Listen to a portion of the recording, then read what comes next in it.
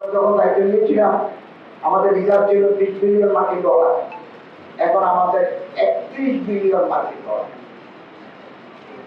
আর আমরা মুক্তিযুদ্ধের মাধ্যমে যে স্বাধীনতা অর্জন করেছি পাকিস্তানের কাছ থেকে, পাকিস্তানের এই মুহূর্তে বাংলাদেশের 40% পাকিস্তানের 1 টাকা, মুদ্রার মান পাকিস্তানের চাইতে আমাদের বেশি, উন্নয়ন পাকিস্তানের চাইতে আমাদের বেশি।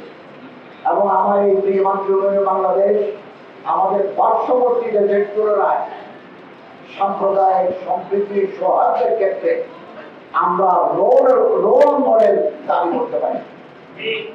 এবং একথা আমাদের ভুলে গেলে চলবে না, যারা এদেশে খায়, এদেশে উপার্জন করে, তাদের অনেকের সেকেন্ড হোম আছে বিদেশে, দ্বিতীয় আরেকটা ঠিকানা আছে। যাদের দ্বিতীয় ঠিকানা আছে তাদের দেশ প্রেমের ঘাটতি আছে। আমরা যারা আছি এদেশে আমাদের প্রথম এবং শেষ ঠিকানা বাংলাদেশ। আমরা এই দেশের জন্য ত্যাগ স্বীকার করি, জীবন উৎসর্গ করি, আমরা শ্রম দিই, আমরা মিলেমিশে থাকি। এটা আমাদের নিরাপদ নিবাস বাংলাদেশ। এবং যারা চুরি করে তারা চিরকাল চোর, অফিসার হলেও চোর, রাজনীতিবিদ হলেও চোর, উপদেষ্টা হলেও চোর। আসুন আমরা এই দেশকে ভালোবাসি এবং আমাদের ধর্মের একটা বিধান আছে।